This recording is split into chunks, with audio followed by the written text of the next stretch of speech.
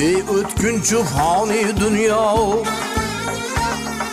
insanların kayga ketdi. Ömrüde bir dert görmegen, dermanların kayga ketdi.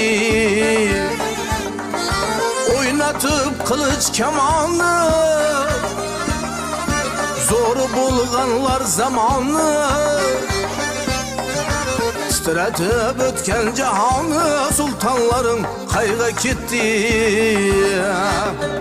Azar görüp dert çekmegen, birovga boshim egmagan, kuragi yerga tegmagan palvonlaring qayga ketdi. Nashkurni sabr qilgan, zulm qilib jabr